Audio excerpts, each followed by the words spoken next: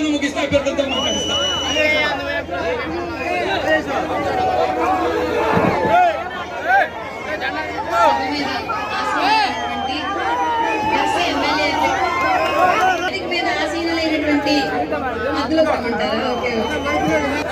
దర్శి నియోజకవర్గ ఎన్డీఏ కూటమి ఎమ్మెల్యే అభ్యర్థి అయినటువంటి గొట్టిపాటి లక్ష్మి గారికి, అలాగే అభ్యర్థి అయినటువంటి మాగుంట శ్రీనివాస గారి ప్రతినిధిగా ఇక్కడ ఆశీలైనటువంటి మాగుంట రాఘవరెడ్డి గారికి, 3 పార్టీల నుంచి ఈ వేదిక మీద ఆశీలైన బీసీ సామాజిక వర్గానికి చెందిన వివిధ పదవుల్లో ఉన్న పెద్దలందరికీ పేరు పేరు తెలియజేసుకుంటాను.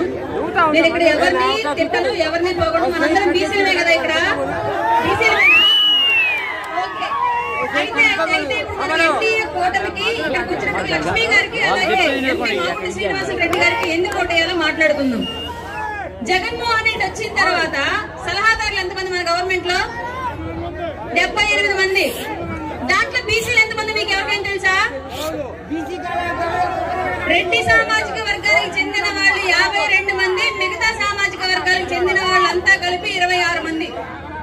ఇంత తక్కువ వర్ణ వివక్షత అనేది జగన్మోహన్ రెడ్డి గవర్నమెంట్ లో చూపించాడు మన మీద.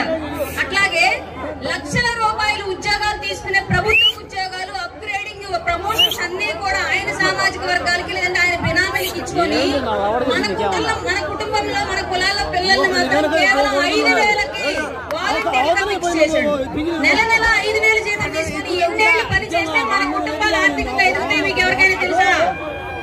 కనీసం ఖర్చులు సరిపోతున్నాయా? మరి అట్లాంటప్పుడు ఇంత స్థాయిలో మనల్ని సమాజంలో ఆర్థికంగా అణగదొక్కుతున్నటువంటి జగన్మోహన్ రెడ్డికి మనం ఓటేయాలా? అలాగే ఈ రోజు కొత్తగా ఒక నినాదం తీసుకొచ్చాడు. ఎక్కువ టికెట్లు మేము బీసీలకు ఇచ్చాం కాబట్టి బీసీలందరూ మా ఓట్లేయండి అనే నినాదం తీసుకొచ్చాడు జగన్మోహన్ రెడ్డి. దానికి సంబంధించి మనం ఒకటి మాట్లాడుకుందాం.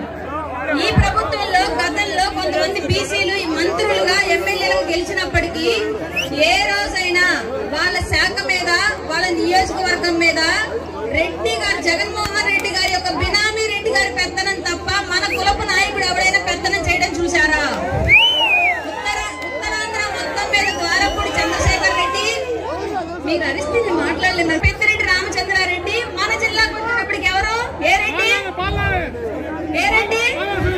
నా జిల్లా నలుమూలలా అతని వేళ్లను ఊనేలాగా చేసుకొని ఇప్పుడు కూడా ఎప్పుడు లేని రౌడీ రాజకీయాన్ని తీసుకొచ్చి ఒంగోలులో ప్రచారం చేస్తున్నటువంటి బాలినేని శ్రీనివాసరెడ్డి, వీళ్ల పెత్తనం మన జిల్లా మీద చేస్తూ బీసీలకు మేము టికెట్లు ఇచ్చాము ఓట్లేయండి అంటే వేద్దామా?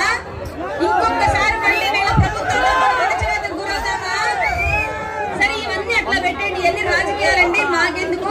ఎవరు గెలిస్తే మాత్రం వాళ్ళు పెద్దవాళ్ళు అవుతారు, మేమేమన్నా సామాన్యులను పెద్దవాళ్ళు అవుతామని ఆలోచించుకుందాం. సపోజ్ బీసీ సామాజిక వర్గానికి చెందిన కార్పొరేషన్ నిధులన్నీ ఎవరు తిన్నారు? ఎవరు తీసేశారు?